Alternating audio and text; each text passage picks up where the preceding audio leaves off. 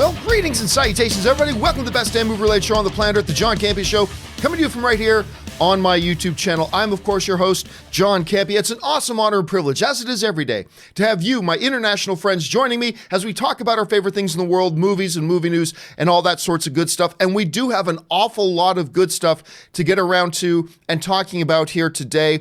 A number of big issues that have sort of come up. Endgame continues its unbelievable march, the passing of a Star Wars icon, Paramount caving on a Sonic the Hedgehog design, and all that stuff. We're going to get to those in just a minute as our main topics. But before we get to those, let's go right off the top with this. There is a new movie out, of course, with Seth Rogen and Charlize Theron that is out, and it's called Long Shot. Now, the trailers have looked pretty good for this thing. Early reactions were good. There was a screening of it at CinemaCon that I was a little under the weather, so I couldn't go to it, but I talked to delegates who saw it, and they all quite enjoyed it. So I finally had a chance to go out and watch Long Shot myself last night. I'm going to tell you what, this movie's hilarious. It's really funny. Not the best comedy I've seen in the last year or two or anything like that, but this was a thoroughly enjoyable, less political than you think. Like, the funny thing is about this movie is you've got, it surrounds politics in the sense that you've got Charlize Theron's character, who is Secretary of State, and she's running for president. She bumps into a journalist that she actually used to babysit when she was in high school in Seth Rogen's character. She brings him on to start writing for her, and then it becomes a romantic comedy at that point. But considering that so much of the movie's plot revolves around politics was actually a smaller factor in this movie than you might think. A lot of stuff revolved on, international issues and certain political figures, yet the DNA of it felt less political than you might think it would, and that was actually kind of refreshing. Again, though, does it do everything right? No. Is it a little thin on story? Yes. Was it a little bit predictable along the ways? Yes, it is. It's actually fairly predictable along the way as well. But I'm going to say this. One of the things that I always mention about comedies is that comedy is one of these genres where you can do almost everything wrong in a comedy. You can have questionable performances, you can have questionable story, you can have questionable directing, you can have questionable this and questionable that in a comedy. But if your comedy makes the audience laugh, and laugh frequently, then almost everything else becomes forgiven. Now, Long Shot doesn't do a lot wrong, but it does do a number of things that it kind of struggles with along the way. But it never fails to have you laughing. And that's the key thing with this movie. I found myself laughing quite a bit. One of the drawbacks of the film is Anne was saying, because I saw it with my wife Anne, we're walking out and she goes, the one problem with the movie, I'm like, okay, hit me. What is it? What's the big problem with the movie? She goes, Charlize Theron is so good looking, it's distracting. I'm like, well, that's a hell of a criticism, actually. It's probably one they won't mind hearing. But yeah, Charlize Theron is so attractive, she becomes distracting. And actually, after she said that, I laughed, but I'm like, yeah, maybe there were a few points along the ways in the movie that like, oh my God, Charlize Theron is so attractive that maybe becomes a little bit distracting. Yep, the supporting cast along the way was great. From Seth Rogen's best friend to the support staff of Charlize Theron to the Canadian Prime Minister. Good little Canadian in there. Yeah, they had one of the big supporting characters was the Canadian Prime Minister. But it's a movie that once again unfolds at its own pace. It was too long. Like, this movie times in at just a little over 2 hours, I believe, and you could feel it. A movie like this should come in at like around an hour 40, hour 45. I could feel the weight of that extra 15, 20 minutes. It was a little bit too long for what this movie was. That doesn't take away from the quality of it. I could just feel that it was a little bit long in the tooth for what it was going for. But still, at the end of the day, it's a clever, entertaining, funny romantic comedy that is actually really a highlight of the month. Going to go see this thing. If you're looking for a few good laughs along the way, go out and check out Long Shot. I think you're going to have a good time. All right, with that down and out of the way, let's move on to the next off the top topic here. And the next off the top is this. We all know that there is a brand new John Wick movie coming out. John Wick Chapter 3 Parabellum. Well, we've now got our first reactions and reviews from people online. And ladies and gentlemen, the reviews and the reactions are exactly what everybody has been hoping to hear. Let's jump over and take a look at some of the reviews and reactions that came out. Our own Joe, this is from JoeBlow.com. Our own Jimmy to the O. You guys remember Jimmy O. He used to be on a couple of my shows before.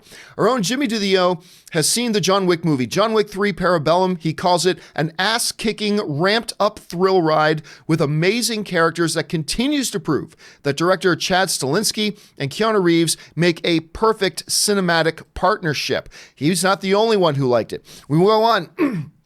On to my proper John Wick 3 reaction, pure visceral cinema. After the dramatic world expansion of Chapter 2, Chapter 3 returns to a leaner, exhilarating story chock full of breathless, bone-crunching action, and even a few laughs. I was sweating 30 minutes in. This movie rules. That's exactly the type of response that I think a lot of us have been wanting to hear about this thing.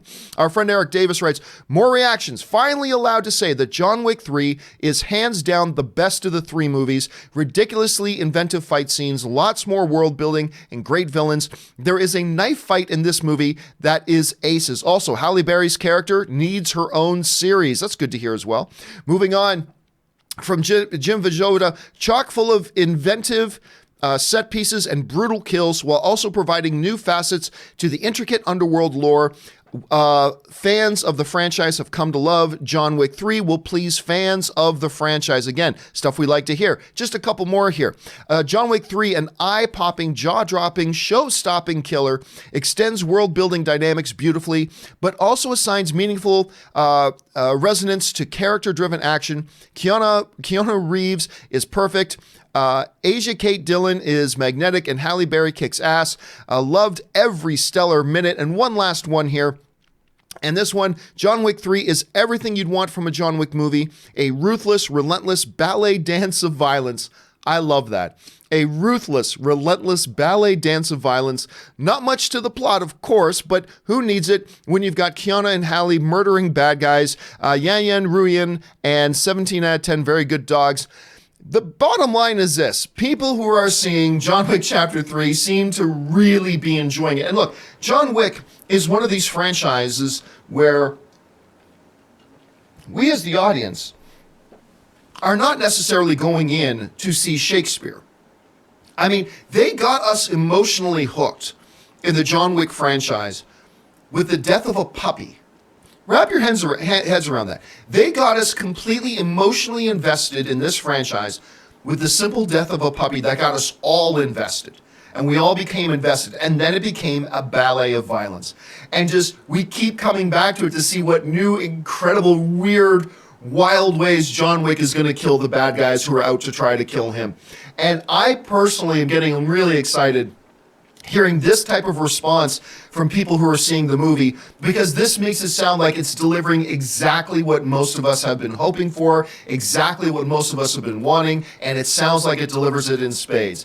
I want to know what you guys think. Have you guys been excited for John Wick Chapter 3? Do hearing these early reactions get you amped up? Are they exactly what you expected so it doesn't change your enthusiasm?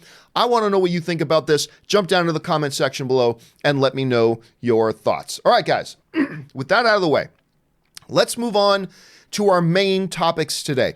How do we select our main topics here on the John Campea Show? Well, it's really rather simple. You see, you guys select them by sending me your topics and questions by going to www.thejohncampeashow.com/contact. When you're there, just fill out the form that you see, hit submit, and maybe, just maybe, you might see your topic or question featured here on the John Campea Show. So let's get on to the first main topic today.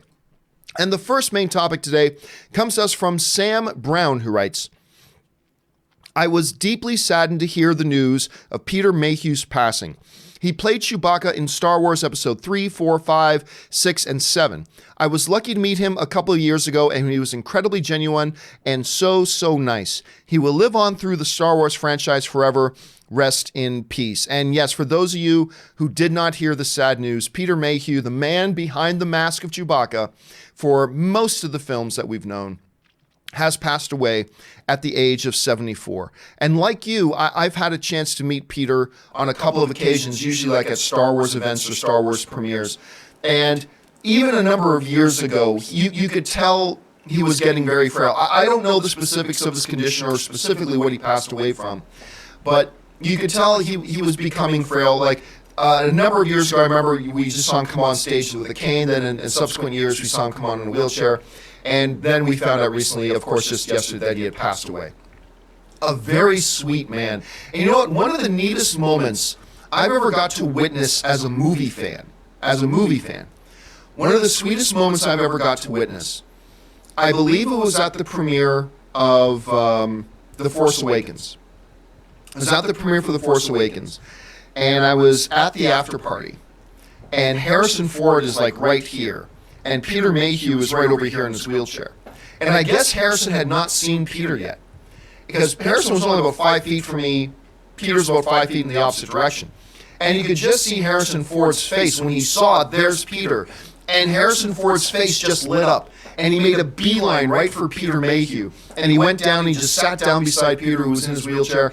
And they just talking. You could tell everybody's eyes in the place were just on that, because what a scene. It was Han and Chewie sitting together, talking whatever. And you could just see the warmth and the affection that they had for each other.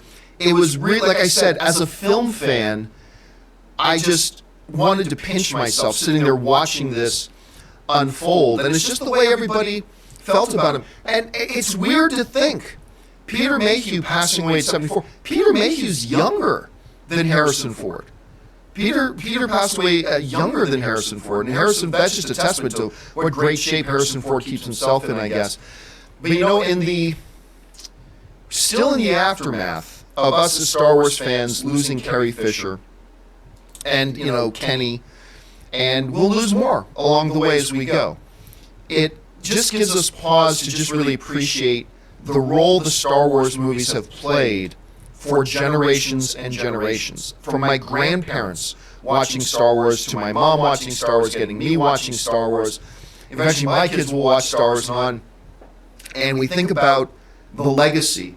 This man whose face maybe a lot of people never saw played a bigger role in our generation and the generation before us than maybe we'll ever know.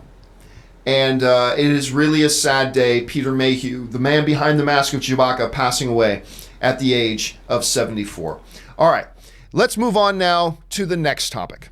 And the next topic today comes to us from Jack Leo, who writes, "Hey guys," hello there, Jack.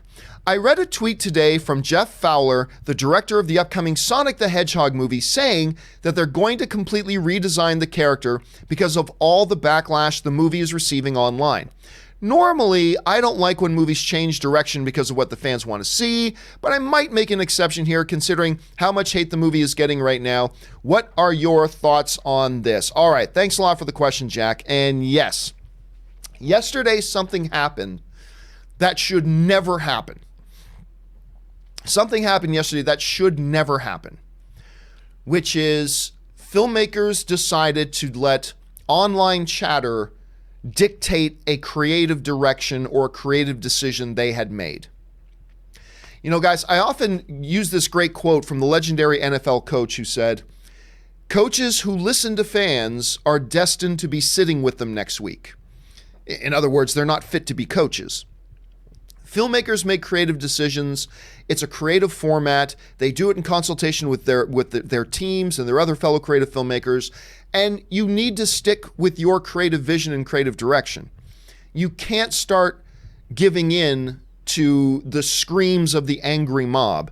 You know your vision. They don't. Make a decision, have your vision, follow through with it. I mean, hell, even I, who hated the casting of Gal Gadot as Wonder Woman, just because I don't think she's a talented enough actress. I still don't. But if you guys remember, a while ago, somebody wrote in a question and said, "John, do you think it's time that they recast Wonder Woman for the next one?" And I said, no. Look, I don't like the fact that they cast Gal Gadot because I don't think she's that talented of an actress. From everything I hear, she's a wonderful person. But it's done. She's cast now. Unless something terrible happens and she can't do it or something like that, you don't change it. That's who they picked. That's who they're working with. You stick with it. Just because I bitch and moan and complain that I didn't like that decision, the decision's made. Stick with it. So when I was asked, do I think they should recast Gal Gadot, I said, hell no. No, you shouldn't. You made the choice. That's your vision. You stick with it and go. You do not change her out at this point. But John, you didn't like the casting. I know I didn't, but they made the call. I believe they should stick with it. You know, it's kind of like, I don't like the Star Wars prequels, right? But then oftentimes I get questions from people saying, John, do you think they should retcon the prequels? Do you think they should reboot the prequels? Do you think now they should say the prequels aren't canon? I go, hell no. I may not like them, but they're canon. It's done. They're canon. I often say that the prequels to me are a lot like, that embarrassing uncle that every family has. Every family has an embarrassing uncle who's an embarrassment to the family, hooked on 50 different addictions, still lives in your grandmother's basement, blah, blah, blah. Maybe they're an embarrassment to the family, but they're family and you don't touch the family. That sort of thing. Look, so basically the look of Sonic the Hedgehog comes out, and look, I'm not a major Sonic the Hedgehog guy. I didn't play that. I was playing other systems when this game was out. But I look at it and like, okay, yeah, that's Sonic. Clearly, that's Sonic the Hedgehog. Do I think he looks good? No, I don't think he looks good. No, I don't. But guess what, ladies and gentlemen? This guy ain't nothing gonna make this character look good in a live action movie. Sorry, this is a fucking ridiculous looking character. Particularly if you in an animated format, it's fine. You're gonna try to bring this character into a live action format, no matter what you do, he's gonna look absolutely ridiculous. The whole notion of this movie is absurd, but whatever, lots of movies that I get a kick out of are absurd when you break it down to it, so whatever. But does the design look good? No. Should the filmmakers have caved to online screams and cries despite the fact that, no, it doesn't look good? No, they shouldn't have. They shouldn't have. Here's the thing. Back in the day, like when, back in like 1999, 98, 99, when they announced Hugh Jackman, who nobody had heard of, was cast as Wolverine. It's a good thing social media wasn't as big as it is today, because, and everybody loves to rewrite history and clean up history. I remember what happened. Everybody screamed bloody murder when Hugh Jackman, this 6'1", 6'2" Aussie Broadway dancer, was cast as Wolverine. Everybody lost their shit. Everybody lost their minds. How dare they? That's not Wolverine. And there's not my Wolverine. And everybody was so mad. And everybody was so upset. And I get it. Wolverine's supposed to be 5'2", 5'3". Okay, they're going in a different direction. Okay. And they went with somebody totally different, and everybody lost their minds. Had social media been around at the time, and had Fox been as spineless as Paramount was, they would have gone, oh, well, sorry, okay, guys, sorry, okay, you don't like this guy? All right, we'll change him up. But what happened? They stuck with their guy, even though everybody was screaming bloody murder. And now today, it's difficult for any of us to imagine anybody else playing Wolverine other than Hugh Jackman. What about Warner Brothers? Again, a lot of people like to rewrite history and pretty up history. Fact of the matter is, when they announced Heath Ledger was going to be the Joker, people lost their crap. People lost their minds when Heath Ledger was cast as Joker. And everybody's like, the Brokeback Mountain guy is going to be Joker? And all the pretty boy, Brokeback Mountain pretty boy is going to be, and everybody was mad and upset. And had social media been as prevalent and Twitter had been as prevalent as it is today then, and if Warner Brothers had been as spineless as Paramount, they go, oh, okay, you hate him as Joker, okay, we'll change him. Well, what happens today? They stuck with it. They stuck to their guns, because Christopher Nolan isn't going to be told by Jack the bus driver who he should cast in his movies. He kept the guy that he wanted. He had his vision. He stuck with his vision. And now many of us seem to think that Heath Ledger may have given the greatest performance ever in the history of comic book movies. Hell, he won an Academy Award. Now, are these situations apples to apples comparisons? to like everybody screaming bloody murder about the look of Sonic and changing that. It's not an exact apples to apples comparison. No, there are some differences, but the principle is the same.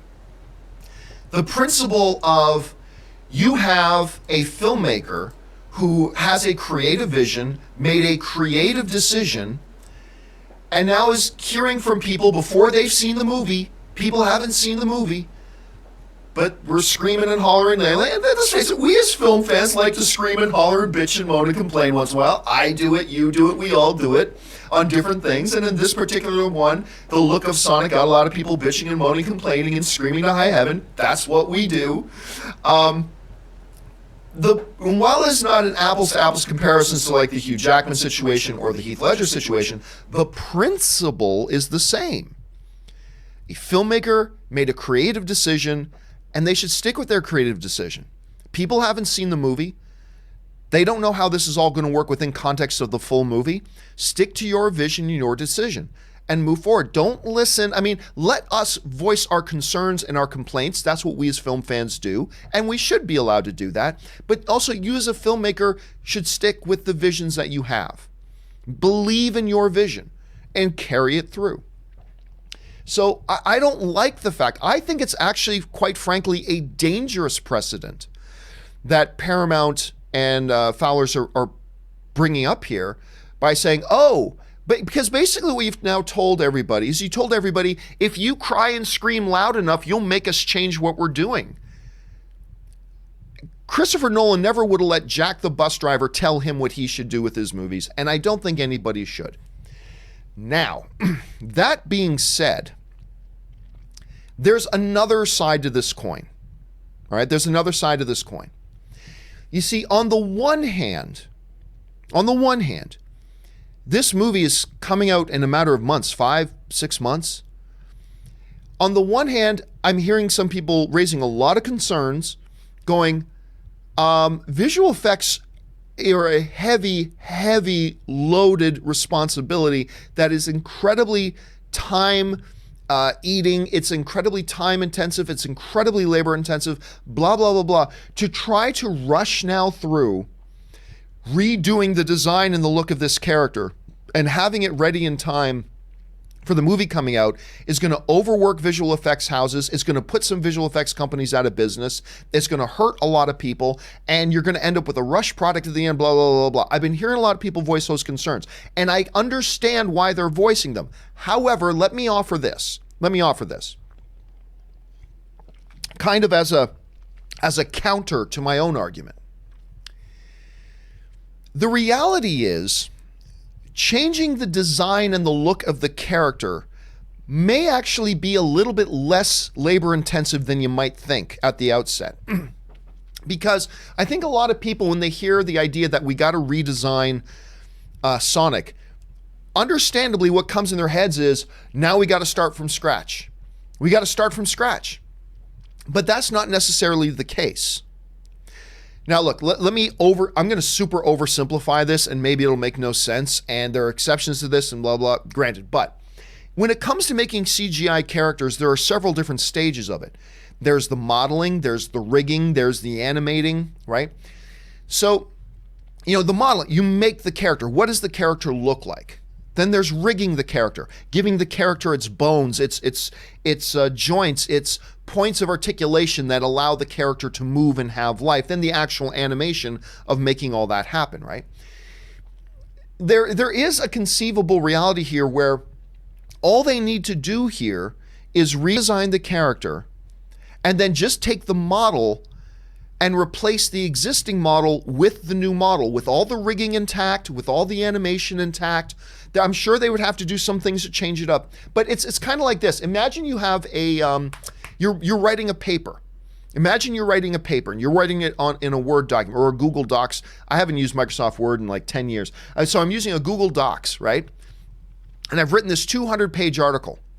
And all of a sudden, I realize, oh my God, I've been calling this one guy in my article Luke when his real name is Terry.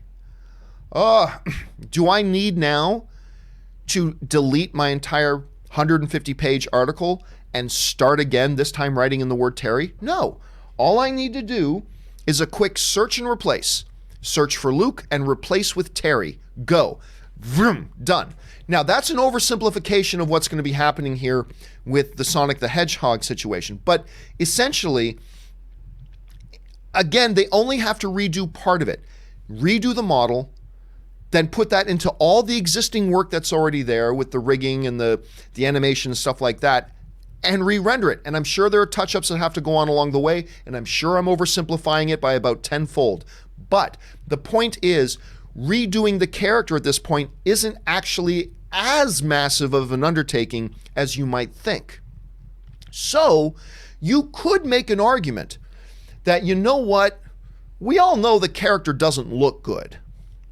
And maybe there's an argument made if it would shut some crybabies up, and we're all crybabies when it comes to movies from time to time. That's part of the fun of being a film fan. If it'll shut some of us crybabies up, and it's not that labor intensive for us to make that change, then maybe it's worth it. Now, again, for me in principle, I do not like the precedent of letting us, the film fans, dictate what a filmmaker's creative vision is. You know, we always scream and cry as film fans, studios shouldn't interfere. Oh, but I don't like the design of that character. Let me interfere. Not the studio, but let me interfere. You know, there's that. I don't like the principle of filmmakers altering their creative decisions based on what we the mob, scream at them. But the counter to my own argument, I think, is if it's not that big of a deal to change, but it feels like a big change, and it could shut some crybabies like me up, then maybe there's an argument to be made that it might just be worth it to do it. So yeah, there's a couple of different ways of looking at it, I think. On the one hand, I think it sets a very bad precedent. On the other hand, if it's not such a big deal and it's not that big of a deal to change, why not just do it? So I can see both sides of the argument. What do you guys... Now remember, I'm not asking you, do you think the design of Sonic looks good? Sonic is not going to look good no matter what they do. Let's just accept that right now. Sonic the Hedgehog in a live action environment is not going to look good no matter what they do. So let's just come to peace with that. So I'm not asking you if you think it looks bad. I'm asking you, do you think that filmmakers should change their artistic direction and vision based on what we scream at them? I don't think they should. Some of you maybe think they should, but whatever. Jump down the comments and what do you think about my counter argument that, hey, it's not that big of a deal to make the change, so maybe it's worth it. What do you think about that? I don't know what you guys think. I think this is a topic that is going to be something that I think we can be talking about for weeks on end. I want to know what you guys think and feel. Jump down in the comment section below and let me know how you approach this and what your thought process on. Again, I'm not asking you if you thought the character looks good. I think most of us agree it didn't look good. But does that justify making, us as a mob, making filmmakers change their artistic decisions and their artistic directions? I don't think they should. I think it's a bad precedent. But if it's not that big of a deal, should you? Even I'm torn. Jump down to the comment section. Convince me one way or the other. I want to hear from you guys. All right. With that down, let's move on to the third main topic today. And the third main topic today comes to us from Travis Goen, who writes, "Hey, John. As of me typing this, Endgame is over 1.4 billion at the box office. As a matter of fact, Travis, it is now at over 1.6 billion at the box office. I don't know anything about projections, but does it have a shot at reaching 2 billion after just 2 weeks? Maybe even this weekend? That's crazy. As always, great work and enjoy the day." All right, thanks a lot for that, Travis. And as I was just saying, Avengers Endgame has not only crossed the $1.4 billion mark already, it's already crossed the $1.6 billion mark already. And as a matter of fact, if I bring it up here, I can't believe I should have had this brought up already. But anyway, wrap your heads around this, okay? Get this. Domestically, Avengers Endgame, after just over a week in theaters, going into weekend number 2, Avengers Endgame is already the 17th biggest domestic box office film of all time. It's already ahead of The Dark Knight Rises, E.T., Pirates of the Caribbean, Dead Man's Chest. It's already ahead of Captain Marvel. It's already ahead of Wonder Woman and Iron Man 3 and Captain America Civil War And Jurassic Park, it is the number 17 biggest. Right now, domestically, is $452 million. It's got a long way to go to catch Star Wars The Force Awakens at $936 million, but after just 8 days, 9 days, depending on how you want to look at it, it's already in 9 days the number 17 biggest film domestically of all time. And guess what? That gets even more impressive when you look at the worldwide numbers. Because worldwide now, Avengers Endgame is now not the number 17, not the number 14, not the number 12, not the number 10.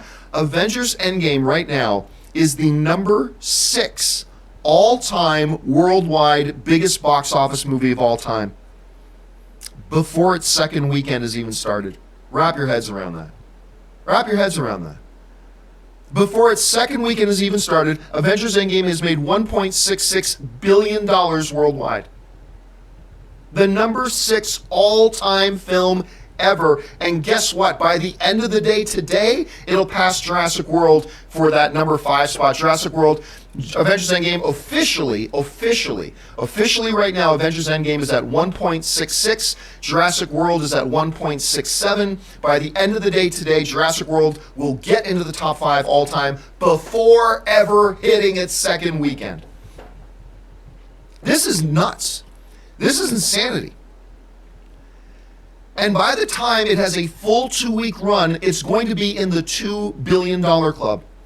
By the time it ends its first opening 2 weeks, it's going to be in the $2 billion club.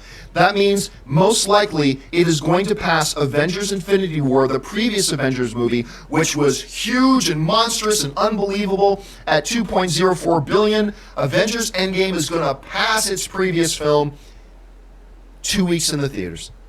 And then, about a half hour after that, it's going to pass Star Wars The Force Awakens at $2.068 billion for the number 3 spot. Then it's going to set its sights on Titanic at $2.1 billion, and it's going to cross Titanic pretty easily. And then it becomes about the countdown to, if you still want to say if, but when it's going to catch Avatar at $2.78 billion. We're going to blink our eyes, it's going to pass Infinity War. We're going to blink them again, it's going to pass The Force Awakens. We're going to blink again, it's going to pass Titanic. And then it's going to be a little bit of a waiting game for a few more days until it catches what a lot of people thought was going to take a lot longer, including me, was going to take a lot more years for Avengers Avatar to get caught by something. And it's going to catch it. It's going to catch it. This is, I've been saying this ever since the opening weekend. This is something we are never going to see happen again. It's not that we're not going to see these records broken. They will. All these records that Avengers Endgame is setting, they're going to be broken at some point. Some point. But what we are never going to see again, what is just never going to happen again in my lifetime, I believe, is the domestic opening weekend box office record, $357 million, beating the previous record by $100 million. We're never going to see the opening weekend box office record beaten by $100 million. That's never going to happen again. This is historic, this run that's happening right now. Now, what the kind of legs is it going to have after its second week? Who knows? We'll have to wait and see. But I just want us all as film fans, I remember when Wayne Gretzky was playing, and I'd always hear these commentators, when I was watching hockey as a little kid, watching Wayne Gretzky play, and the commentators always saying, kids, everybody, appreciate what you are seeing right now. You are seeing the greatest ever when we would watch Wayne Gretzky play, right? I'm sure there was some thought of that when our grandparents watched Babe Ruth play, or when people saw Michael Jordan play. You always see the sports commentators, folks, take a moment and appreciate the history you are watching, because you're watching something that's never been done before. And I kind of want us as film fans to really soak in this for a second, that this is remarkable what is happening here. Just insanity. Absolutely remarkable. And it's going to be the likes of which, again, all of these records it's setting will be beat, but never beaten the way Endgame has beaten the records before them. It's something special. It's something crazy. And I just hope that we as film fans can really soak in it and appreciate that we are witnessing history. It's phenomenal. Absolutely phenomenal. All right. with that out of the way, guys, we're going to take some time now and take your live questions. A whole bunch of you guys have been firing in live questions ever since we put the live event up. And so let's jump on over there and start getting to them right now. And we're going to start things off with our first live question from Hector Jeter, who writes, R.I.P. Peter Mayhew. Very sad to hear of his passing. Absolutely. For all, especially those of us who are Star Wars fans and grew up with him on our screens for so long. It's a very sad day. Samuel Pole writes, did they already have a better Sonic in previs? I doubt it, but they'll probably come up with a few other designs, and I guarantee you no design they can come up with is going to make everybody happy. I'm sorry. There's just no way to make that character look good in a live action environment. But they will come up with something that will make more people happy, so I guess that's important. Zombatron writes, Kenny, Carrie, and now Peter, R.I.P. Absolutely. We're just at that age now that we're going to start losing these people, and knowing that doesn't make it any easier, though. Absolutely. Jeff Mullins writes, I really like Man of Steel, but it needed more dialogue from the main protagonist, Superman. I don't know. I never felt that. I felt like a lot of Superman's character building was done without dialogue and done within the environment he was in. And I really believe that, and this is just my personal opinion, I thought they did a great job, Zack Snyder did a great job of utilizing the show don't tell technique of building his character. And I've always appreciated the way they handled that, to be honest with you, Jeff. I could see where you're coming from for sure, but I just feel a little bit differently about it. All right, Jeff follows up with, there's a lot of people who haven't seen Endgame yet. That's true, because they want to catch up with the other MCU movies to get the full experience of the movie. No, it is great. There are still, like, I know because we've all seen it, and maybe a bunch of us here have seen it 2, 3, 4 times. But there are still a lot of people who haven't seen the movie. Even people who are watching this show right now have not seen Endgame yet. And it's true, but keep in mind, it hasn't even had its second weekend yet. Jetfire97 writes, Castiel should smite those zombies for opener. Have you seen the Knight Rider 2008 series? Do you think the Die Hard origin movie still will go? First of all, Jetfire, please, one question per message. I'll take your Die Hard thing. I actually don't think it's going to happen. Now, I don't think the Die Hard movie's going to happen. When we were at CinemaCon and Disney was doing their presentation and they started talking about their upcoming Fox movies, Die Hard wasn't mentioned. At least I don't remember it being mentioned. Now, they did mention, they went out of the way to mention Deadpool, Aliens, Avatar, and a couple of other things, but I don't believe they ever mentioned Die Hard. I have a feeling that one might be done. I haven't heard anything official from anybody, but I think that one might be done. Jake Vidmar writes, in your opinion, which trailer was received worse by the public, Sonic or Ghostbusters, 2016 version? It's not a competition, but it sure is interesting. Oh, that's easy, Ghostbusters. Because much less people care about Sonic the Hedgehog. I'm not dissing Sonic the Hedgehog. I'm just saying Ghostbusters, it was a beloved property. And that first trailer that came out for Ghostbusters was so unbelievably awful. And everybody cared. A lot fewer people care about the Sonic the Hedgehog one, so I'm going to say the Ghostbusters one had the bigger negative reaction. Ben Hayusa writes, got tickets for Detective Pikachu this Thursday. Really excited to see it, especially after all the positive reactions for it. Also, R.I.P. Chewbacca. I'm going to go see it on Monday. Now, normally, I just don't care about going to press screenings. I just don't go to press screenings. But I make a few exceptions. Obviously, Endgame is one I made an exception for. And I passed up on the first couple of Pikachu screenings, but I'm hearing from a bunch of people that they really like it.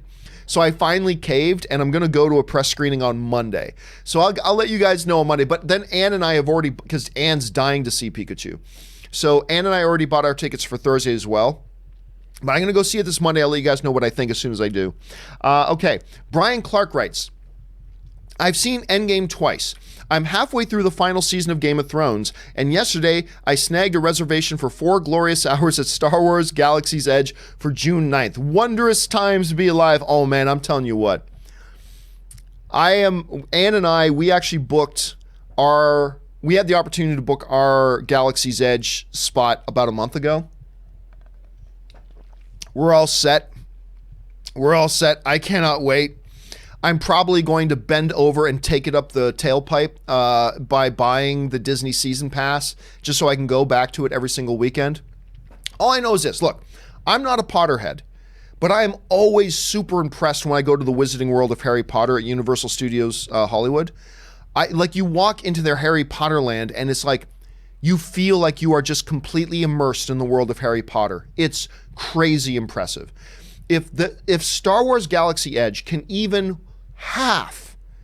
if they can even do half of what they've accomplished at the Harry Potter world, I'm never going to want to leave. It is indeed, Brian, as you put it so perfectly, wondrous times to be alive. Let me know what you think of it once you do go. I will let you guys know what I think of it once I go, but I'm counting down the days now. I cannot wait to check this thing out. It's going to consume all my money and all my life. Adam Douglas writes, Variety reporting that Christopher Plummer is in talks to replace Sonic. I actually thought about doing that last night because I did the same thing. I feel like every time now when somebody, when there's any sort of controversy on something, like I put one up for TJ Miller when there was all that controversy about TJ Miller and Deadpool. I thought, Christopher Plummer to replace TJ Miller, and I made a little fake news graphic. I actually thought about making another one of those fake news graphics last night. I thought, I've already done that too many times. But yeah, somebody's making that meme because that's going to be hilarious. Amin writes, Russo said Endgame spoilers are fair game starting Monday. Are you still not going to allow it on the show? No, not at all. One of my regular viewers tweeted me last night and said, hey, John, Russo brothers say Monday it's fair game to talk about spoilers. So there you go. You should allow it on your show. And I said, hey, look, just because the Russo brothers don't respect my viewers doesn't mean I don't respect my viewers. Now, that's not that the Russos disrespect my viewers, not at all. But, I've had a number of people continue to write me saying, John, thank you for not having spoilers yet. With my kids and my work schedule, I haven't had a chance to go see it yet. And there's a lot of people who still haven't had a chance to see it yet. So no, people are going to be inconsiderate and slip in spoilers anyway, but I really don't give a flying, I love the Russo brothers. They're great, but I don't give a flying ass what if they say it's okay to talk about spoilers now. No, it's not. We got a number of people in our community here who don't have an easygoing kind of life that they can just go at the drop of a hat in the first 8 days. A lot of people have to wait a little bit longer. So I want to respect the fact that people haven't had a chance to see it yet. I want to respect that. And so no, Monday is not fair game on this show. Other people might, and that's fine. I don't judge anybody. But for here, I want to respect the viewers that we have, and I don't want to do that. Let's see here. Ahmad Ismail writes, hey, John, any update on the studio? Just wondering. Actually, I talked about that on a companion video about 2 weeks ago. No, I don't want to say there is no new studio. I'm still contemplating something. But I am no longer, I mentioned this on a companion video the other day, I am no longer going to be moving into a new studio with the stream. I'll go into more details on that at some point. Like I said, I announced that a couple of weeks ago, but not everybody watches the companion videos, I guess. But no. But at the same time, I had a meeting yesterday about something. Anyway, it's too much to go into right now. Amin writes, are you going to watch the new Ted Bundy film this weekend? No, probably not. Once something gets dumped onto Netflix, I lose about 50% of my interest on it. And that's not fair. I know that's not fair, but it's just the truth. My interest drops once it happens. So no, I'm probably not going to watch it this weekend. I'll probably watch it at some point, but probably not this weekend. Brian Clark writes, running out of formats to see Endgame, D-Box on Sunday. I've still never been to a D-Box presentation. It's crazy, but I've never had one. Santez Henderson writes, who is more hated character to you, Cersei or Gemma Teller? For the life of me, can't stand Gemma Teller. Also, R.I.P. Peter Mayhew. Thanks for everything. Man, I don't know, man. Because there are people who are Gemma fans, and there are people who are Cersei fans. It's weird. They are both two badass characters. They are badass characters. I don't know. That's a coin toss to me, Santos. Who do you guys think is the more hated? You give your opinion. To me, it's a bit of a coin toss, but I love both characters. Even when I love hating them, I love those characters. Razor's Edge Frisbee writes, are you going to watch Extremely Wicked with Zac Efron, Ted Bundy movie on Netflix today? 60% on Rotten Tomatoes, but I'm still really stoked to see it. Again, no, my interest level dropped through the floor. I got too much other stuff to do this weekend. I'm sure I'll catch up with it at some point, but no, I'm not going to bother rushing to see it. Kyle Starr writes, his Gauntlet Again, on Google, he uses time stone. Oh, so yeah, there's this thing going on Google. I can't remember what you have to search. If you search Thanos, if you go on Google and search Thanos on Google, then a drawn, illustrated gauntlet shows up on the side of the search results. Click on that, and some pretty cool stuff happens. Aaron H. writes, why is Jon Snow still organizing the plan of attack in these battles? I wouldn't trust him to plan a 6-year-old's birthday party at this point. I don't know, man. His plan worked. And without going into details, for those of you who haven't seen it, his plan was, everything was going according to plan until, Dany decided to jump the gun and break the plan. But ultimately, the plan worked. Draw this guy, put this guy here, draw this guy out here, blah, blah, blah, blah. Boom, they win. They win the day. I trust Jon Snow. He's king in the north. He's my king. Anyway, PJ Barnes writes, it's official. Pokemon has broken the curse. I don't know that anything's official at this point, PJ Barnes. I don't know that anything is official. Until we see it, nothing's official. Nothing is official. I'm excited about it, but nothing's official. Razor's Edge Frisbee writes, what comic book movie performance, in your opinion, gets too much hate? I know this is unpopular, but for me, the answer is Eisenberg as Lex Luthor. You know what? I agree. I thought Eisenberg's Luthor was refreshing. I thought it was a different, imaginative take on the character. And you know what? I thought Eisenberg's... I'm not a big Jesse Eisenberg fan, by the way. I'm not. I never have. I don't hate Jesse Eisenberg, but I've never been a big Jesse Eisenberg fan. I actually thought he was quite good as Lex. I really do. If you're just talking about purely as the performance, I thought he gave a good performance. I really did. That doesn't mean you had to like the dialogue that was written by the screenwriters. It doesn't mean you have to like the story he was in, but I thought the performance Eisenberg gave was actually pretty good. Onif C. Stu writes, thoughts on Supernatural season 14 finale? It's funny. I've been asked that like every day for almost a week now. I hated it. I thought it was terrible. And it's the only time I've ever seen a Supernatural episode that I just flat out hated. And it mostly has to do with the total way they've completely retconned Chuck, doing things with Chuck that completely go against the character they've established over the last number of years with them. And it left me very dissatisfied as a fan, and I really hated it. Now, don't get me wrong, I'm still going to watch the final season, of course, but quite frankly, I hated the episode. And you know me, I'm like the world's biggest Supernatural fan, but there you go. Okay, Sujith writes, excited for Ford versus Ferrari. Dude, me too. They showed us the first trailer at Comic-Con or at CinemaCon. I thought it was fat. Everybody lost their minds over it. Excited for Ford versus Ferrari. Ferrari is celebrating 90 years of racing this year. Giovanni should be proud of his heritage. I am always proud of my heritage. We need more racing dramas. I don't know about that. Fact of the matter is, not a lot of people go to support them. I mean, Rush was fantastic. Rush with Daniel Bruhl and Chris Hemsworth. That movie's fantastic. Nobody went to go see it. It's stupid.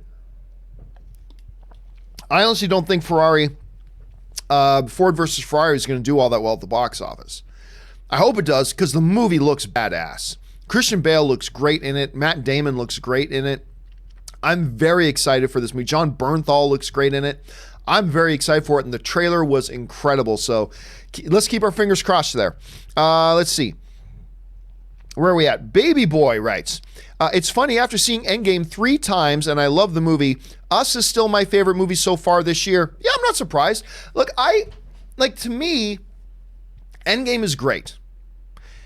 But we live in a culture and society now where everything is 10, 10, 10, 10, 10, 0, 0, 0, 0, 0. And if we see something that we like, now it's the best thing ever. I really enjoyed Endgame. I've seen it in theater 4 times already. I think the final hour is the greatest hour in comic book movie history. But, it's, to me, probably my 5th favorite MCU film. It's probably my 5th favorite MCU. Now, that puts it ahead of a lot of great movies. I put it ahead of Doctor Strange, which I love. I put it ahead of Ant-Man, which I love. I put it ahead of Black Panther. I put it ahead of, a lot of movies that I really love in the MCU. But to me, it's my number 5 favorite MCU movie.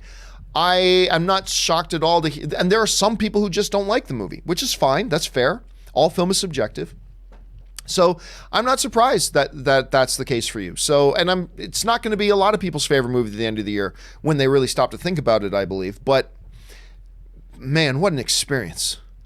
What an experience. Now, I personally do like Endgame more than Us, But hey, look, we're all going to have films that hit us in different ways, and it's not funny, baby boy. It's not a matter of, well, is this movie the best thing ever? It doesn't need to be. The question is, did you have a good time? That's all that matters.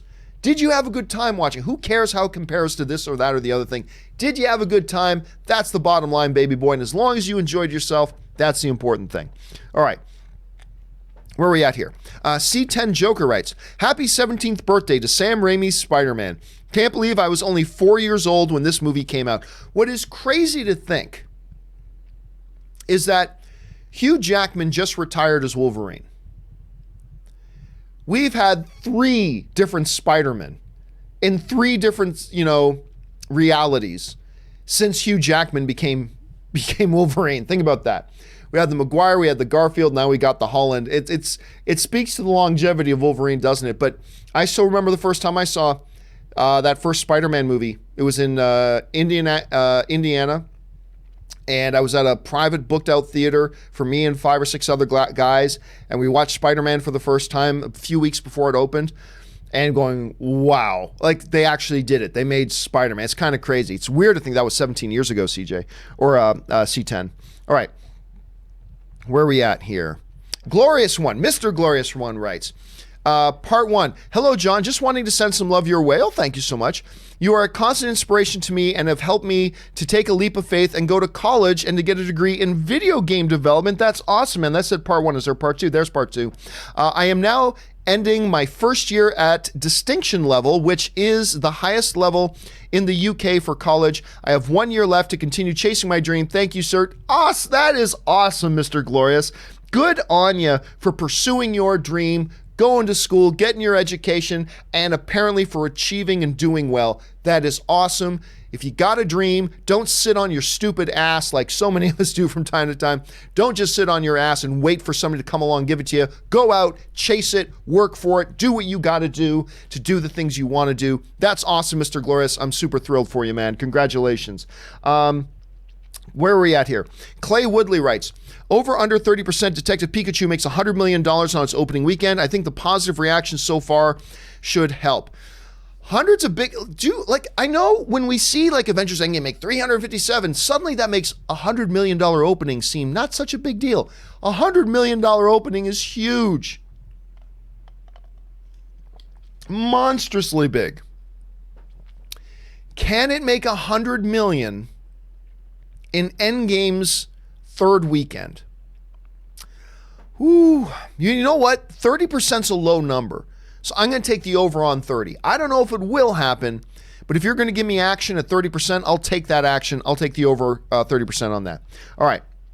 KW Garrett writes, where did KW go? I keep losing. There he is. KW Garrett writes, pitch for What If Disney Plus show. John meets Ann Campea, introduces her to Star Wars, and in this universe, she hates Star Wars. What does John do? Drama. Okay, so for those of you who don't know the story, Ann and I had been dating for a couple of months.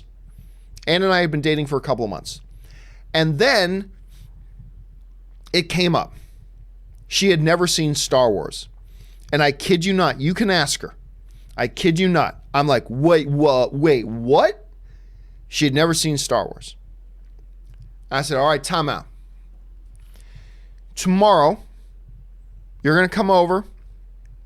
We're going to sit down and watch a Star Wars movie, because I'm going to let you know right now, this, whatever this is, because we're just dating a couple of months, this can't go any further until you see the Star Wars movies. It's true. I just don't know. Now, fortunately, Anne watched them, and she's become a Star Wars fanatic ever since. What would have happened if Anne didn't like Star Wars? Oh my God. I don't know, because obviously movies are a very central thing to my life and my profession and my job.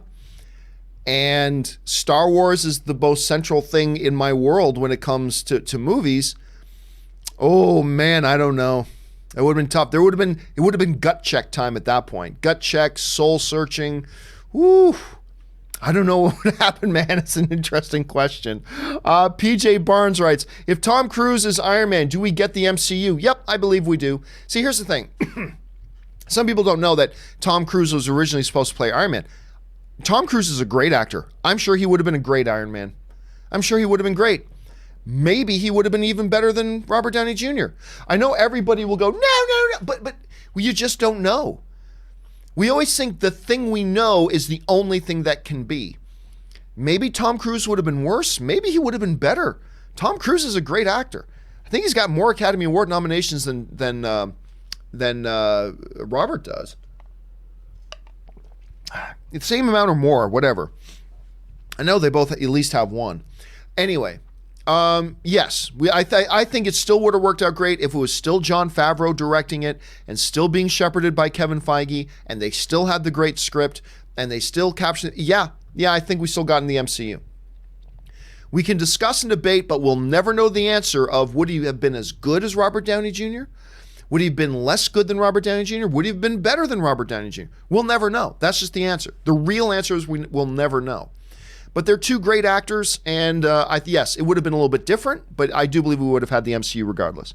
John Demoto writes, John, are you going to watch Detective Pikachu? Gonna go see it on Monday. I'm pretty excited about it, actually. And who knew? I was never interested in this, and the trailers came, and all of a sudden I'm interested. Let's see. Tristan Larson writes, 30 Rock is amazing. Top 5 TV comedies. I've never watched much of it, to be honest. I've seen about 4 or 5 episodes. And I remember liking what I saw, but I just never got hooked into it. But a lot of people love that show, man. Like, love that show. And I'm a big fan of Tina Fey. I really like Tina Fey. So you'd think I'd get more into it. I got to get around and just watch the whole thing one of these days. I got to get around to that, Tristan. All right, Jonathan Teft writes, Taylor Sheridan has said that his movies, Sicario, Hell or High Water, and Wind River, all great, by the way, are like a personal trilogy of his, and some have since dubbed them the American Frontier Trilogy. They don't have connecting stories, but they do have similar themes, settings, and character types. So, can we put the American Frontier Trilogy in the discussion for best trilogy of all time? No. Even if it was a trilogy, no. It's no Lord of the Rings, it's no Star Wars, it's no The Godfather. They're great, but no. But besides all that, it's not a trilogy. I don't care if the filmmaker calls it a trilogy. It's not a trilogy. I don't care if the filmmakers behind Dumb and Dumber come out and say, really, Dumb and Dumber is a horror movie. That's great. You can say that all you want, but I'm sorry, it's not a horror movie. It's a comedy. You can say that these are a trilogy all you want. They're not a trilogy. They're not. Any more than, say, what's another good example of this? Oh, take the Shaun of the Dead film, right? With Simon Pegg and crew. Edgar Wright and Simon Pegg and Nick Frost have said that Shaun of the Dead, Hot Fuzz, and World's End are like, what did they call it again? It's like a triple flavor of ice cream trilogy. I can't remember what they call it. They call it the something trilogy.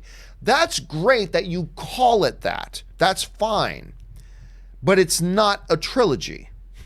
It's not a trilogy. No matter, you can put the tag on it if you want, but it's not a trilogy. So, but make no mistake about it, Jonathan. Hell or High Water. Look, here's how good these movies are. Sicario might be Sicario's the worst film on that list. That's how good that list of films is. Sicario, Hell or High Water, Wind River. That's how good this list is, that Sicario is the worst film on that list. Hell or High Water is nothing short of magnificent. And Wind River, I thought it was a serious contender for Best Picture. Wind River just floored me. Loved Wind River so much. It haunted me for days after I saw it. Absolutely haunted me for days after I saw it. They're magnificent films. I love Taylor Sheridan, but no, man, they're not. It's not a trilogy. It's not a trilogy in any way, shape, or form. I mean, look, Michael Bay can say, the way I think about it, the first Transformers, The Island, and what's another one? What's The Rock? That's sort of a spiritual trilogy to me. I'm going to call that the Bay Spirit Trilogy. He can say that. It doesn't make those 3 films a trilogy, right? So yeah, that's just the way I see it. Darth Suthius writes, you were right, Mr. C. Nora wasn't bad, LOL. A few episodes left for the season. Wasn't a fan of pardon me. Wasn't a fan of Cicada before, and not a fan of his niece Cicada either. I haven't seen the newest episode. I think did the new episode air last night? Yeah, it probably aired last night. I haven't seen the newest episode yet. I need to get around to that, but I have not seen that yet, so I'll get on that though. And I do like Cicada. Anyway, Brady, I don't like the way they're having him perform Cicada, but I do like the whole idea of the character and what he does and what he represents a lot better than The Thinker did last year. Anyway, Brady Fisher writes, saw a 7 p.m. screening of Long Shot last night, and between advertisements and trailers, they didn't start playing the actual movie till 7:50. That doesn't sound right at all. Are you sure about that?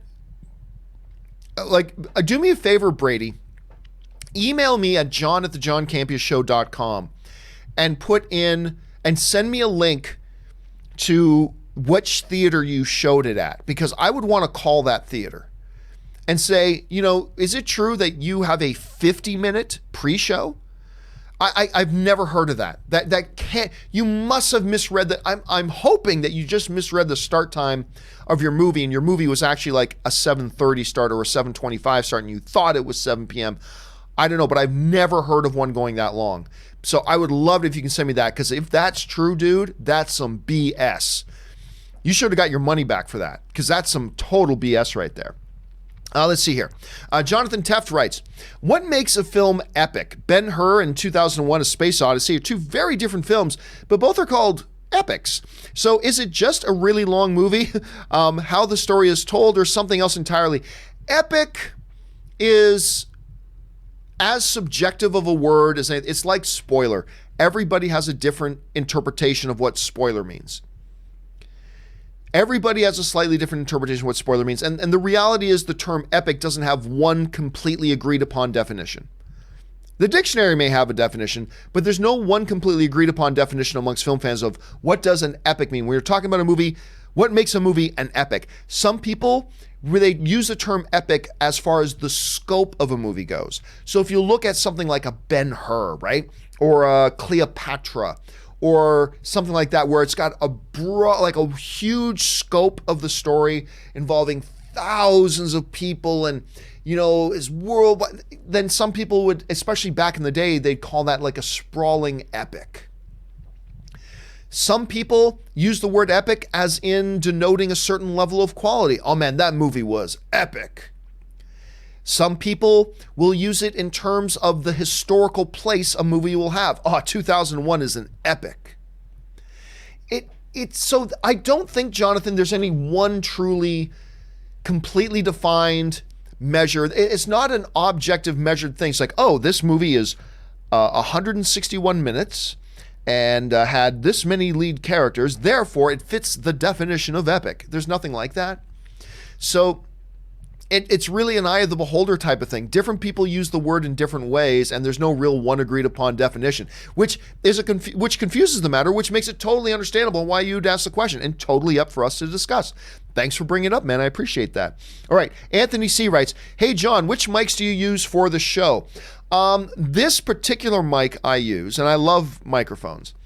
This particular mic I use is the Rode Procaster microphone. It's about a $250 mic.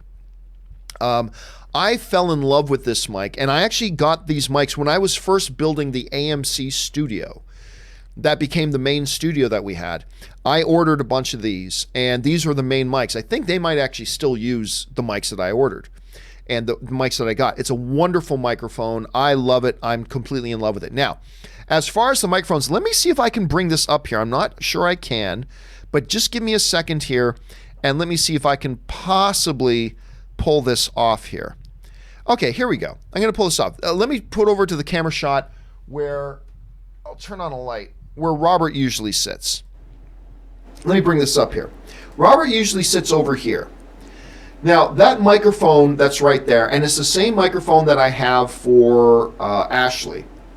That microphone, and you guys are probably getting some weird sounding duplicate feedback stuff here while I'm doing that. So let me turn that off. There, that should have fixed the audio. That microphone is called the Samson Q2U. It's under $100, this microphone. What makes that microphone really interesting is that it is both a XLR microphone and a USB microphone at the same time. If you plug it into a soundboard, it's XLR. If you need to plug it directly into a computer, it's got a USB. Very, very few microphones do that. And I really like the sound. So I didn't want to get two more $250 microphones. Plus, these mics, the Rode Procaster is a very heavy microphone, and the mic arms I have for Ashley and for Robert couldn't hold the weight of this one, so I needed a lighter microphone that still had great sound. Samson Q2U is a very good mic, under $100, and I've been very happy with it. But I love my Procaster. Absolutely love my Procaster. Very, very much. I love tech questions. Thanks for asking, Anthony. Let's see. Josh Quick writes, "What's up, John? I'm confused how some people say don't spoil Endgame, but also look online for hints about what's going on in Endgame." Yeah. Well, I mean, look, there is a difference though, Josh, right? Like some people will look up theories and want to hear theories and theory discussion, right? Because you don't know. You can hear all the theories in the world, but the fact of the matter is you don't know if any of them are true. Once you hear a spoiler, now you know.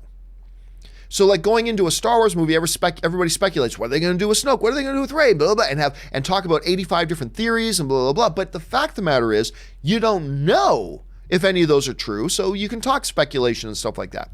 But then actually hearing from someone who saw the movie, oh, by the way, Kylo kills Snoke. You know, once you hear that, that's a fact, and now you know it, and it takes something away. But more literally, Josh, going to what you're talking about, yeah, I have seen people do that. Like, don't say anything, don't say spoilers, but then they'll hunt the internet for information, right?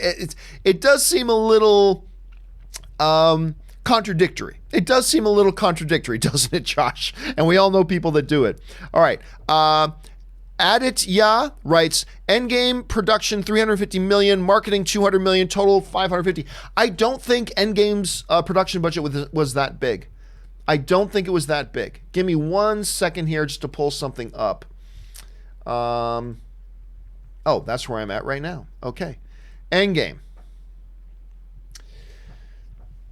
Now I think, I'm looking around. I think it was around the 290, 300 mark, but no, there it is, 350. Yep. Bang on the money. Remember everybody's saying like, John, do you hear they're spending $1 billion? No, they were misunderstood and they wasn't spending $1 billion. Anyway, yeah, that's a damn expensive movie. That means Endgame had to make, it just means it just broke even this week. I mean, it needed like 1.3 billion just to break even. I mean, that's crazy, but they knew they would do it, and they're going to make tons and tons and tons of money. Emmanuel Ericart writes, have you seen Tucker and Dale versus Evil? I love Tucker and Dale versus Evil. Favorite Tucker and Dale versus Evil story? I hadn't seen the movie yet, but I was at Comic-Con the year that Tucker and Dale versus Evil was coming out. And I was in the press area of the convention center where they were just doing like various interviews for different properties, and only the press were allowed back there. So I'm walking down the hallway and I come to this where me and my buddy Chuck, his real name is Chuck Norris. Me and Chuck Norris, I'm not lying, that was his name. Me and Chuck Norris were walking by this one interview room, and they had the poster out front, Chuck and Dale versus Evil, which means they have Chuck and Dale versus Evil interviews going on inside, right? Let me just pull this up here. So anyway, that was going on in there. And me and Chuck, I pause at the poster. And some of you might have heard me tell this story. And I look at the poster, and obviously Alan Tudyk's on the poster. Tyler Lebane's on it. Or Labine. I never know how to pronounce his name. But anyway, you got Alan Tudyk there on the poster. And I stop and I go, oh God, man, I really love Alan Tudyk. I think this guy's great. And just as I was saying that, coming around the corner to enter the room was Alan Tudyk, who was like face to face with me. Just like I said, man, I love Alan Tudyk. This guy's great. And then I look up and he's standing right there. And Alan Tudyk just looks at me and goes, and then walks into the room to go do his interviews.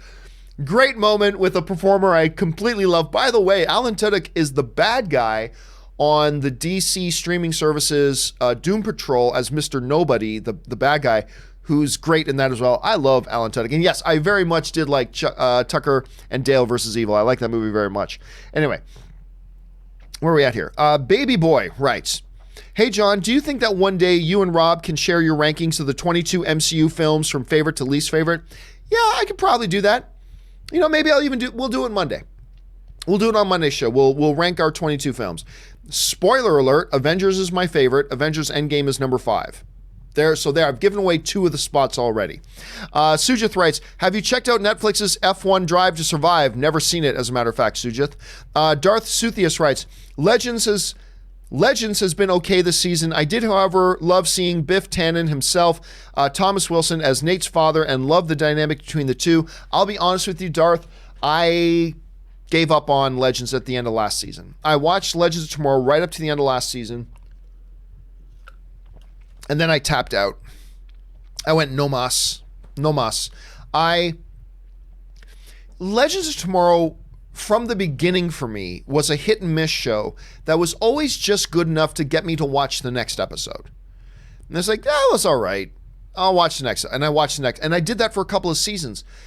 By the end of last season, I was like, I tapped out. I say, I can't do it anymore.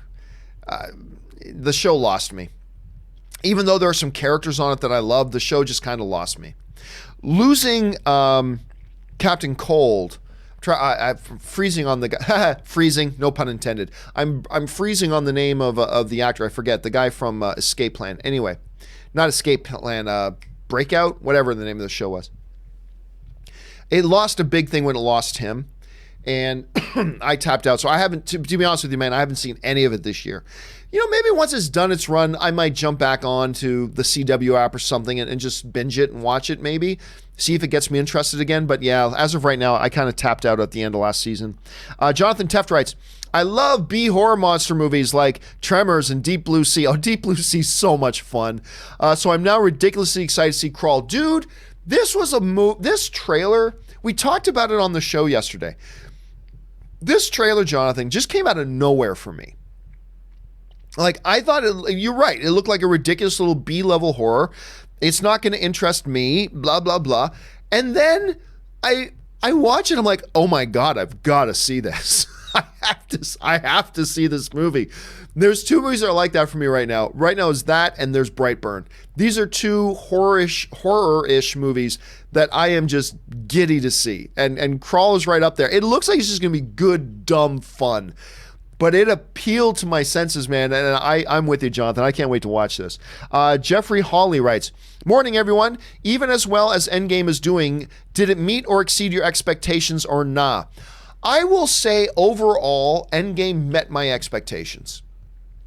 I'm not, even though there are some great highlight moments in the first 2 acts, to me, there was also some big problematic areas in the first 2 acts that leave it kind of middle-of-the-road mediocre for me. But it's the last hour. My God, the last hour. Greatest hour in the history of the comic book genre. And so overall for me, I walked out and go, yep, that's the experience I expected to have. So I would say, and my expectations were pretty high. I would say that it met my expectations. I don't think it exceeded my expectations. The last hour by itself exceeded my expectations, but overall as a film, I'd say it met my expectations. All right. I'm Upset writes, over under 5% you dress up as Sonic for your review. Nah, I tend to only dress up for my reviews for things I'm really super excited about. Like, I got dressed up as Harley Quinn for my Suicide Squad review because I was really excited about that movie. I wore my Captain Marvel jacket for my Captain Marvel review because I was excited about Captain Marvel. I wore my Shazam thing for my Shazam review because I was excited for Shazam. I wore my Endgame thing because I was excited about Endgame. I'm not super looking forward to Sonic, so no, I will not be donning some blue fur. I'm upset. Darth Suthius writes, after a long hiatus, S.H.I.E.L.D. is finally back next week, and I can't wait. Curious about the evil Coulson doppelganger angle they'll be playing. You know what? Unpopular opinion, I know, whatever. I think Agents of S.H.I.E.L.D. is a bag of shit show. They had some glorious moments. Episode 100 was actually really, really good. They've had some really good moments, ups and downs, hits and misses. Overall, I don't like the show. And even though I've kind of hate watched it, I keep watching it because I keep wanting it to get good because technically speaking, it's MCU, it's all this kind of stuff, but it's just a bad show. Many of you love it. Total respect, no disrespect intended, but it's all subjective. To me, I just think it's a really bad show. And I wish I could get into it. I kept hate watching it. I watched it right up till the end of last season, but I don't know for sure, but I think I'm kind of like at the same place that I was with Legends. I think I'm tapping out. I don't know that I'm going to watch this season of S.H.I.E.L.D., to be honest with you. I think I may have tapped out. I don't know for sure yet. I'll let you know. Stubble McShave writes, Tolkien biopic is at 50% on Rotten Tomatoes, hoping for higher. Me too. Might be one of the reasons why it took so long for it to get its release, but I was hoping, because I think the trailers look quite good. But yeah, and these are 50% means half the critics like it. Half of them like it. Okay. But I agree, Stubble. I was hoping for better. Jeffrey Holy writes, so Endgame should pass 2 billion soon. Do you think the rest of the original Avengers will sign to some kind of appearances in the future soon? Oh, yeah. Yep. Soon, I don't know. It depends what you mean by soon. Soon as in the next year? Maybe not. Soon as in the next 5 years? Probably, yeah. I fully expect to see all of them back. And I mean all of them. All of them. I fully 100% that we are going to see all of them back. At some point, in some way, to some degree, we're going to see all of them back. Ant Banks 1984 writes, do you think a TV show like All in the Family with the material they use would be accepted today? It's crazy to even ask that question in 2019. It's All in the Family would be tough. But,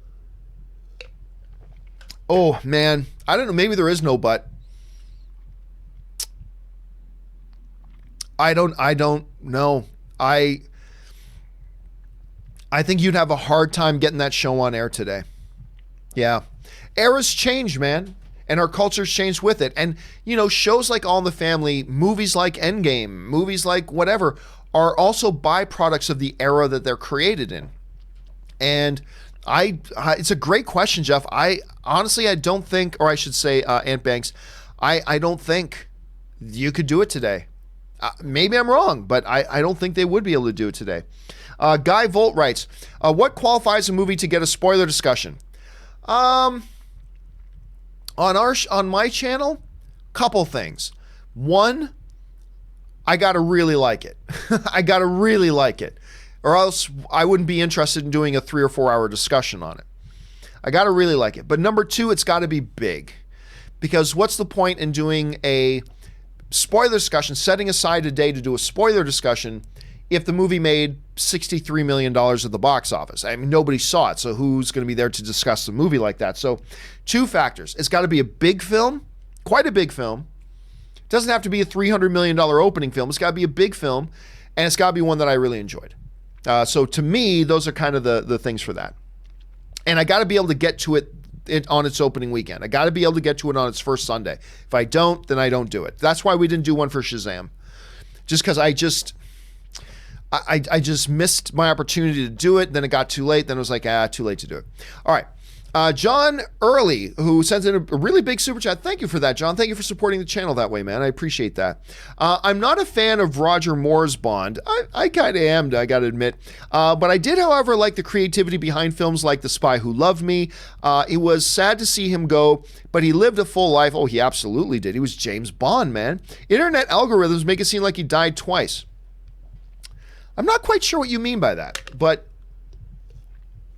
it was a loss. He was, John, when I often talk about Bonds, there were your two prototypical Bonds, right? You had your two main templates who, while both having elements of these characteristics, each one of them embodied a different one.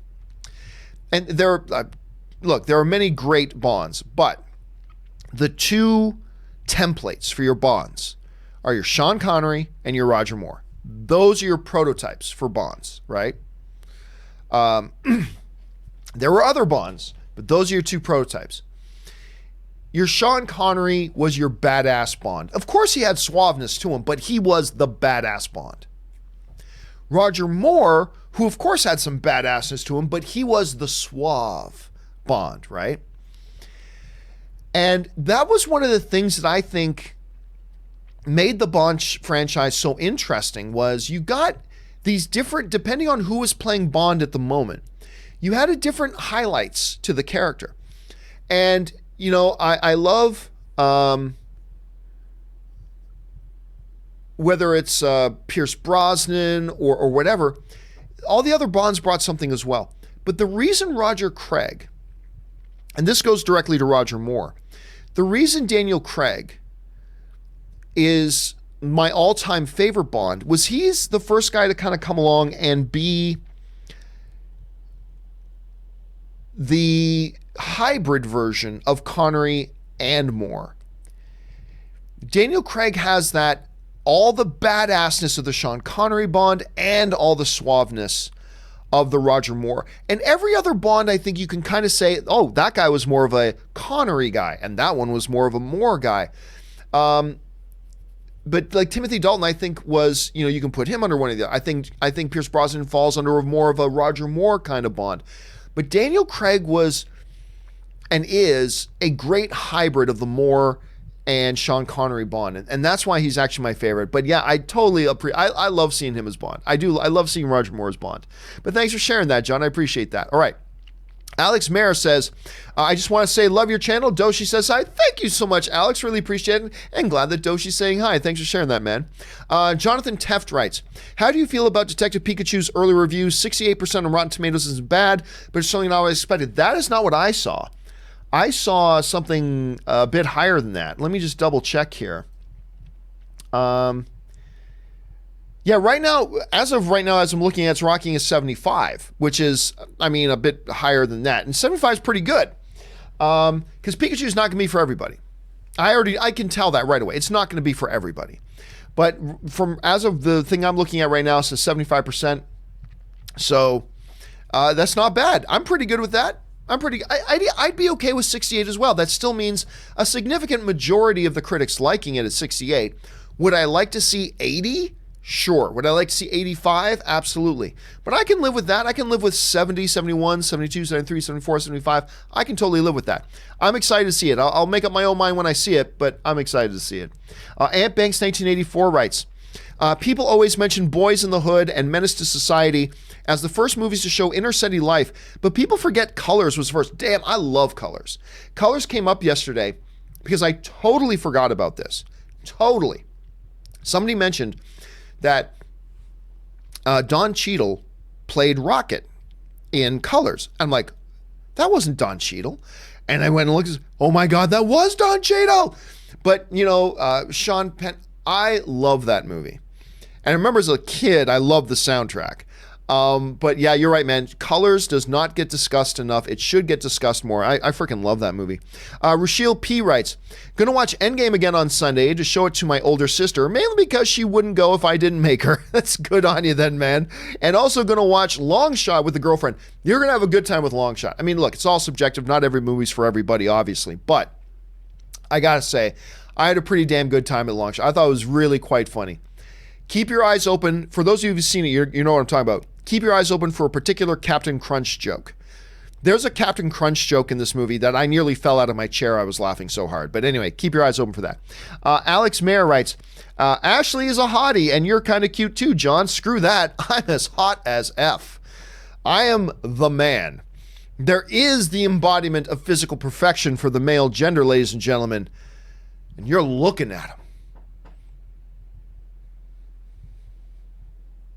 That's kind of the premise for a what if scenario right there for a Disney Plus show. Well, what if John Campea was the physical perfection of the male species? Anyway, totally a what if. Jack Dries writes, Endgame's at $1 billion. Game of Thrones broke HBO's ratings, and now a guy on Jeopardy has won 21 regular games, second highest in history. Is this the spring of broken geek records? It kind of looks like it, doesn't it? It's just amazing. Rob brings it up, but it's totally true. The fact that we are getting like one of the biggest movie events ever in Endgame in theaters, while one of the biggest television events ever in the Game of Thrones wrapping up its final couple of episodes. Only 3 episodes left. Hard to imagine that, but there are only 3 episodes left of this damn show. It is a crazy thing, and now we got the 21 wins in a row, all this kind of stuff. It's nuts. And I wouldn't normally, Jack, think of it in those terms, but you put it perfectly. It is the streak the spring of Broken Geek records. And we'll have to see what comes next. What's the summer going to do? I don't know. We'll have to wait and see. Shaw writes, after Endgame, I think there is a ton of potential for Dormammu to be... the next big bad after all deals are made to be broken. I don't think so. No, I don't think we're ever going to see Dormammu again. Never say never in the comic book worlds, but honestly, I think they put that to rest. And I think it would be kind of boring to bring him back again, to be honest with you. So I really don't think so. But Shaw, hey, there are always things we think will happen that don't. There are things we think will never happen, and they do. So everything is on the table, and everything's a possibility. I'll call that. I don't think they're going to do that. I don't think they'll go back to that. They've got a lot of other villains they can use. And I don't think Dormammu is one to go back to. But, like I said, never say never, because we've seen stranger things happen, dude. Keep your eyes open. Maybe you called it perfectly. Let's wait and see. J Meister25 writes, one of the funniest parts in Infinity War is when Drax arrives on Titan, throws his knife at something he can't even clearly see, and screams, Thanos. I don't remember that. I'll be honest, I don't remember the particular... I've seen that movie like 1,000 times. I don't remember that. I'll have to go back and check that out. Maybe it's just something that I overlook every time it plays. Interesting. Josh Banag writes, I saw The Long Shot last night and I thought it was funny and charming. Did Anne see the boxes of Skyflakes in the pantry during the Manila scene? LOL. Oh, believe me, Anne got excited when... There's a part in the movie where they go to Manila. Anne, of course, is Filipino, or she is a Filipina. And... So obviously, like they're in the Philippines. So she got excited. But I don't know if she noticed the Skyflakes or not. We didn't talk about it because the movie was on. We shouldn't talk.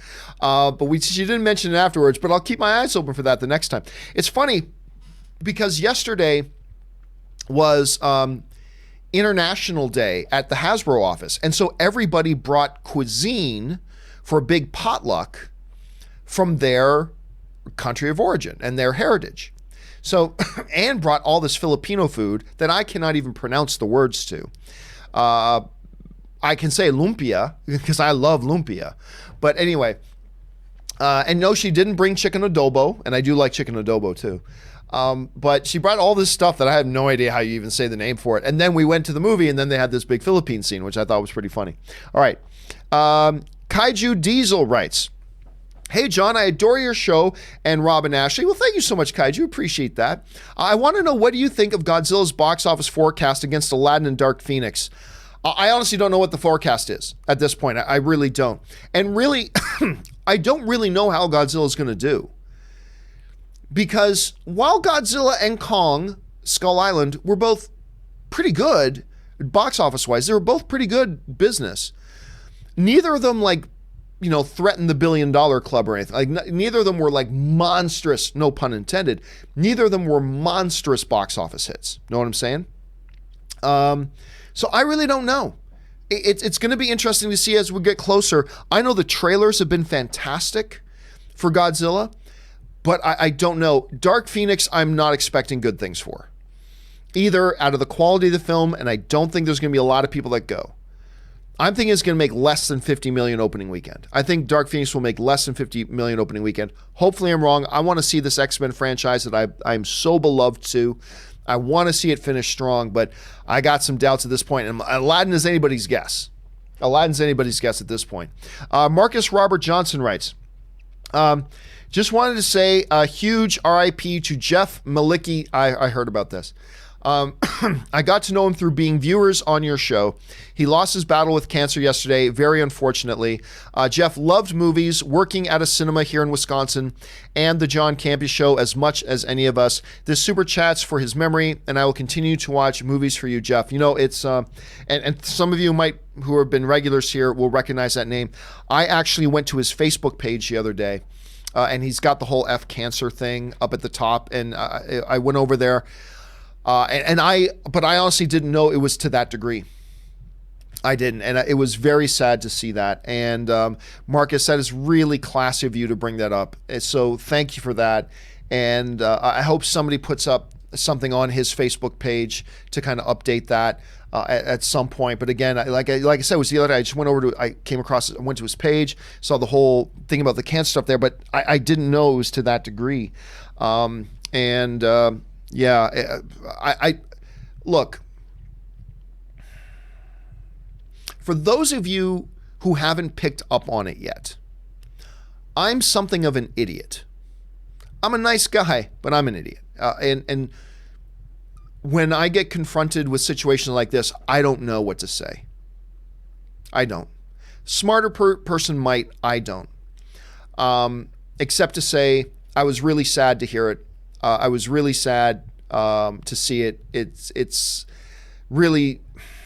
if you're looking at me to say the right words, I just don't got them. I just don't got them.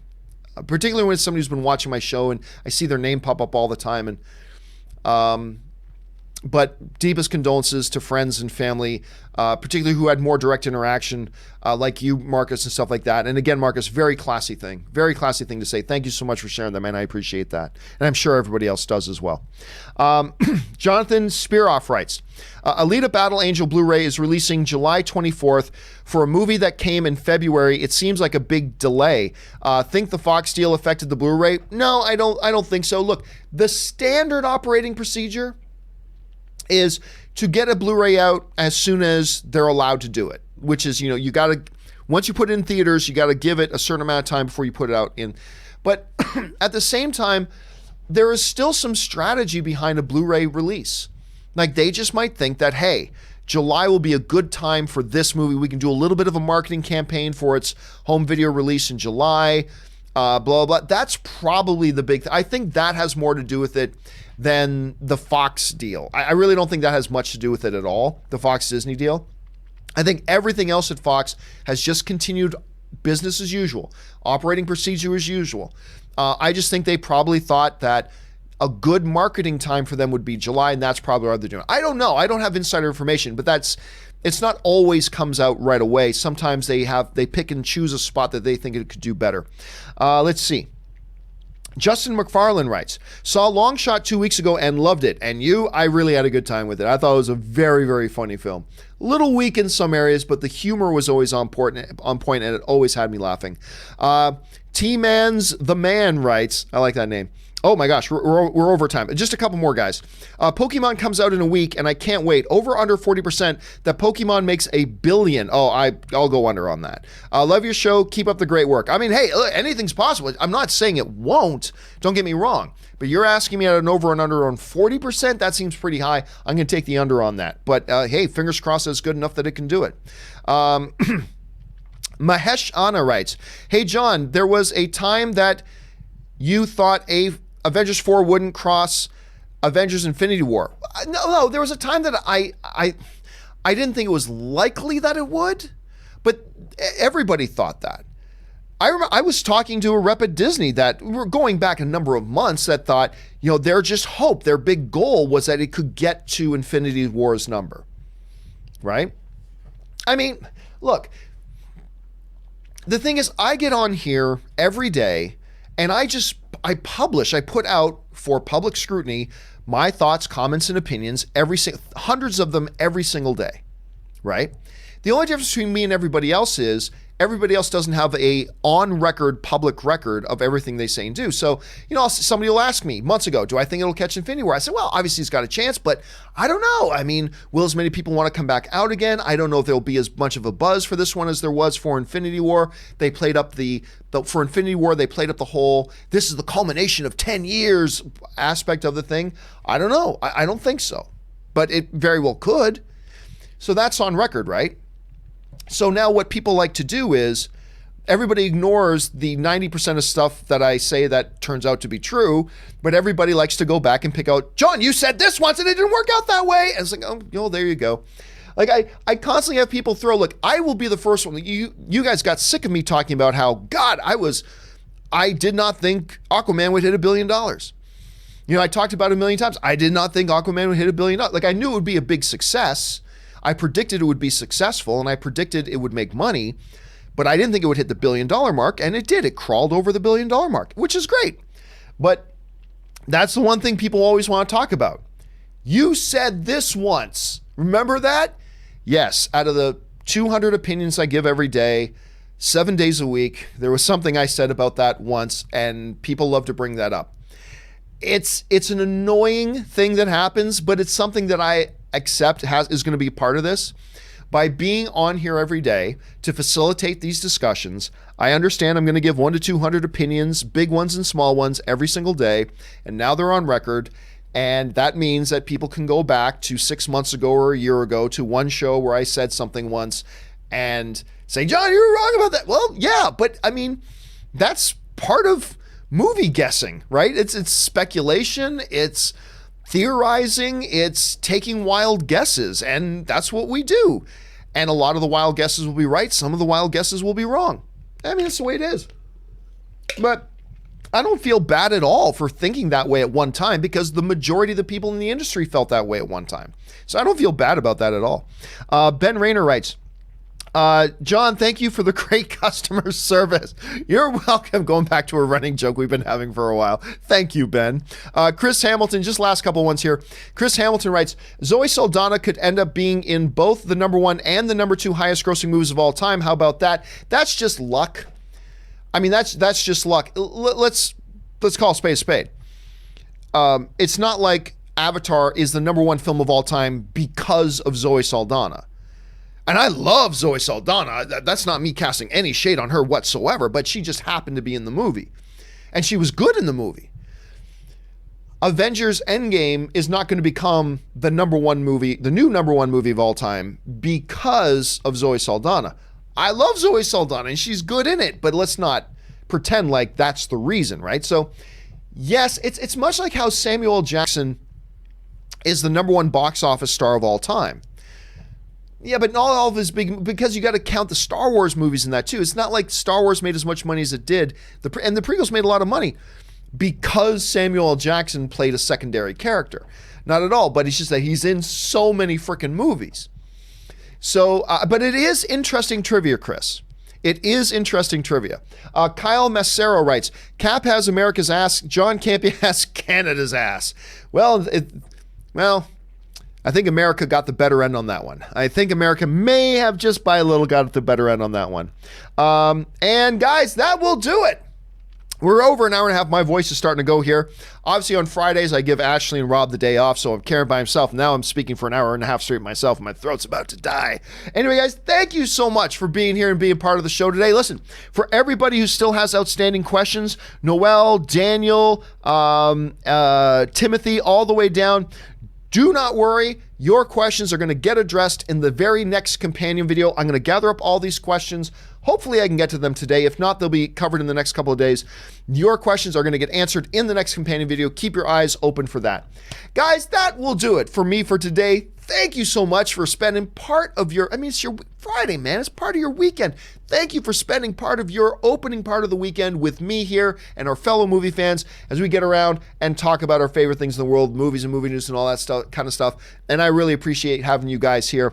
Guys, don't forget, we'll be back again tomorrow. We got some more. Robert's been working on them. I've been working on them. We got some more companion videos or supplemental videos to the Avengers Endgame spoiler thing. We've already got one of the supplemental videos up. We've got more to come. They're coming this weekend. We got open mic tomorrow on Saturday. Of course, open mic on Sunday. We got our Game of Thrones post show on Sunday night as well. Make sure you join us for that. All sorts of stuff going on here at the John Campea Show.